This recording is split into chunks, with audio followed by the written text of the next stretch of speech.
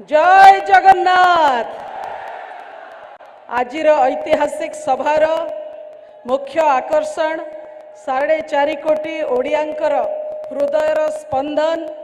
जे ओडिशार जननायक से भली आमर परिवार वर्ग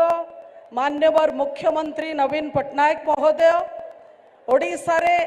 अक्लांत परिश्रम करी कोण अनुकोण बुली ओडिशा रे रूपांतरीकरण आनिबा पाई जे 24 घंटा प्रचेष्टित से भली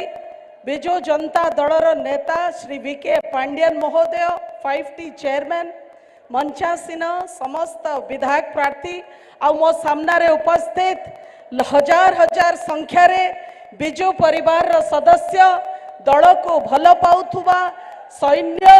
जो माने बालेश्वर लोकसभा क्षेत्र को गोटे अटूट दुर्ग रे परिणत करिसंती समस्त को नमस्कार चढ़ाऊची जुहार करुची। बंधुगण 33% महिला संरक्षण कथा अनेक राजनैतिक दल माने कहितिले किंतु कौनसी नेतार सेतिकी सत्साहस नथिला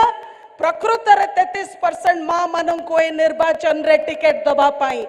एकमात्र नवीन पट्टनायक मान्यवर मुख्यमंत्री एकमात्र बिजु जनता दल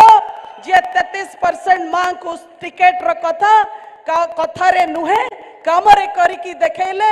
मु तो तांको पाखरे चिर ऋणी आजिठू रहिली जे 33 नुहे बालेश्वर लोकसभा क्षेत्र रे 50 भाग महिला को टिकेट देइचंती। आउ आपण माने जानंती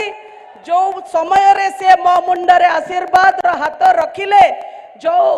समस्या रु मते उद्धार करिचंती तांको पाखरे मो चिर ऋणी एवं तांको निर्देश रे बालेश्वर लोकसभा क्षेत्र र विकास पाई मो काम करिबी। आपण माने जानंती जे आजिका दिन रे सांसद अछंती बालेश्वर रे से कि भली भाबरे अंचल को अणदेखा करिचंती एमएसएमई विभाग रे थाई कि भी गोटिए भी प्रस्ताव पारित करि पारले नाही कौशल विकास केंद्र प्रतिष्ठा करि पारिले नाही केंद्रीय विद्यालय हे पारला नाही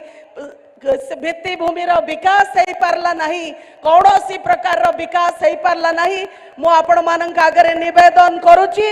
जो 1 तारीख रे आपण माने 2 थर शंख चिन्ह रे वोट देई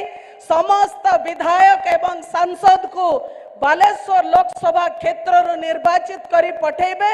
एवं मान्यवर मुख्यमंत्री को 6ठ थर पाई मुख्यमंत्री गादी रे आसन रे बसई इतिहास सृष्टि करिवे।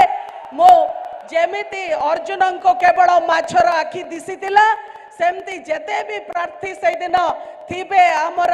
बॉक्स रे मशीन रे आपण को केवल शंख चिन्ह ही दिसिबा दरकार केवल बिजु जनता दल ही दिसिबा दरकार। बहुत बहुत धन्यवाद। वंदे उत्कल जननी जय जगन्नाथ।